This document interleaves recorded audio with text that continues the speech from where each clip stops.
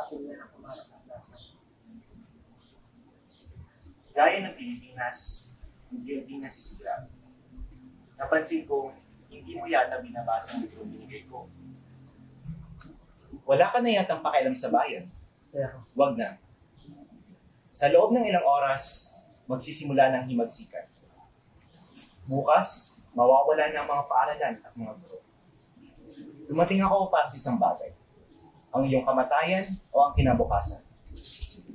Kakampi ka ba sa mga dayuhan o sa aking bayan? hindi ko alam. Ines que decide. Anong dapat kong gawin? Pumunta sa Santa Clara at iligtas si Maria Clara. Tanging tayo lamang tatlo ang may alam nito. Hindi na. Patay na si Maria Clara. Patay na? Hindi. Hindi totoo.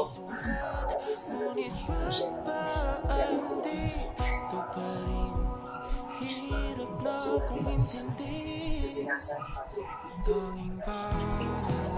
Kaya siya nagiging sa